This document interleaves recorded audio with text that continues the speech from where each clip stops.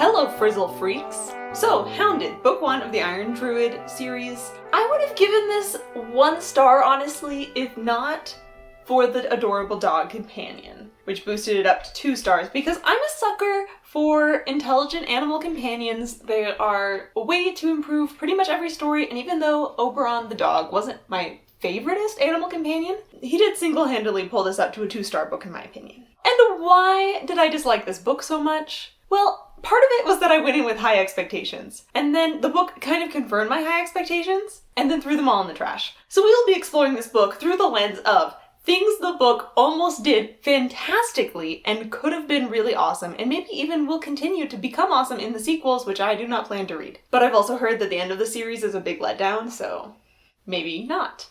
So, our main character, Atticus O'Sullivan, is over 2,000 years old. And it's a first-person narration, you're right there in his head, and this is a concept that I haven't really seen pull up off very well, of the immortal that feels like he's very old and an actual immortal, and how would that change a person, and seeing those changes, and I was excited for this. When the book started out, I was hooked. I was ready to see how this would play out, which was the first disappointment. Because Atticus O'Sullivan doesn't read like someone who's 2,000 years old. He reads like someone who's late 20s maybe, very immature in a lot of ways, doesn't actually have that much worldliness to him. It seems like he's just, except for him telling you occasionally about old things, I never really got the impression that he lived through all that much. But then the book would hint at something. He's talking about a different immortal, a goddess, and he's commenting on how hard it is to live day to day happily because there's no sense of novelty anymore, because it's like you've been through it all and it takes a lot to surprise and enchant you. So then I was like, okay, here we go. We're getting into the fun immortal mind game stuff with him having real trouble finding day to day happiness, right? Wrong. He owns this nice occult shop, he banters with his employees, he seems very happy, he loves making tea. So, no, that doesn't seem to be a problem for him at all. It's just a thing that he says that some immortals struggle with. And then we come to another part of his very long lifespan that could have been really interesting. Which is, when he's looking at a different very old person's aura, he makes a comment like, oh, they didn't have quite old enough of an aura to get the rigidity you really get in someone's, essence once they're old enough. And I was thinking, like personality rigidity? Like once you've been so long and in one personality, it's really hard to change and get any character development. And that could be an interesting tension in the plot as well. That maybe Atticus O'Sullivan, our main character, really needs to adjust to different circumstances and is struggling with it because he's like, this is how I've been doing it for 2,000 years. And that could be interesting. But no. Atticus O'Sullivan is actually very good at adjusting to new things, and he prides himself on being all hip with the modern slang and the kids these days. So that's another potential tension plotline wasted. It's like they had the idea there, and then didn't follow through. But then I was really trying to give this book the benefit of the doubt, because I wanted to like it, it came highly recommended. So then I was thinking, maybe the rigidity personality he's come into is being hip with the kids these days, and knowing the slang. And maybe this is causing him to have a disconnect with his older self, and this is why he feels so immature, because that is the rigid personality he's settled into over thousands of years? But I don't really think that's actually it either. I think that's reaching and me pretending like this book is smarter than it is. Because that never really comes up as a problem. It's only his strength, and he even is making fun of other immortals for them not following up with the times. And he's never really proven wrong.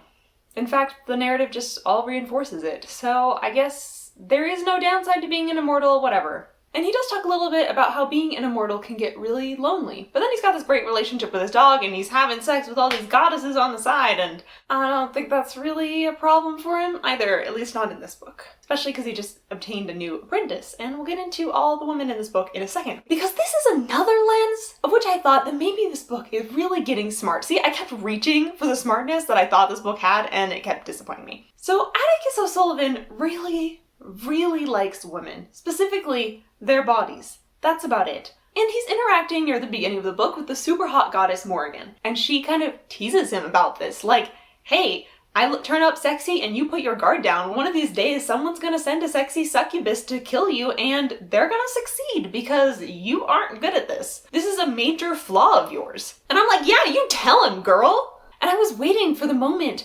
when Atticus O'Sullivan's flaw of super uber focusing on women's looks and not paying attention to them trying to double cross him or anything about their personality as much would come back to bite him. It never did. It was just that one sentence from the Morgan. So it was just annoying as every single woman in these books became a sex symbol, and he even had sex and kissed many of them. Every one of them.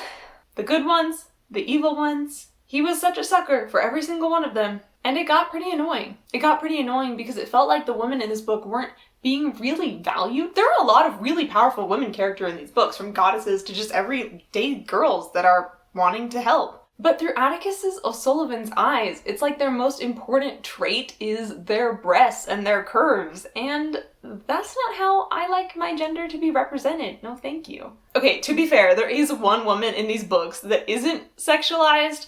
She is the old woman comic relief. So it's not every woman. I was over-exaggerating. But everyone but that one.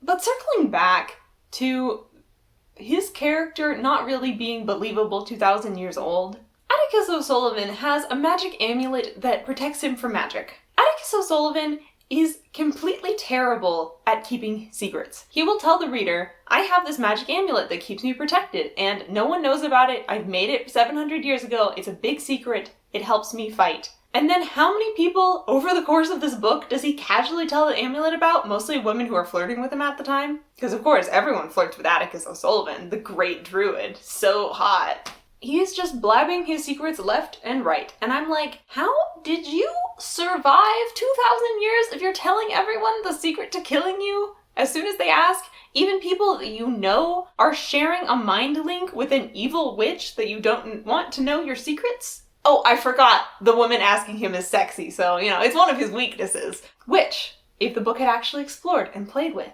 could have been forgiven. But because the book did not explore and play with it, it is just me defending the book when it does not deserve to be defended. And every time O'Sullivan gives one of these secrets away like it's nothing, even after he's just told us how important the secret is, I wanted to tear my hair out. Because it's okay to have dumb characters. It's okay to have foolish characters who can't keep a secret. But it is completely unbelievable that someone who is 2,000 years old would be those things. The book isn't delivering on its own very cool and interesting premise. And so I do not recommend this book. If you want to read a book like this, just go read the Dresden Files. Capiche?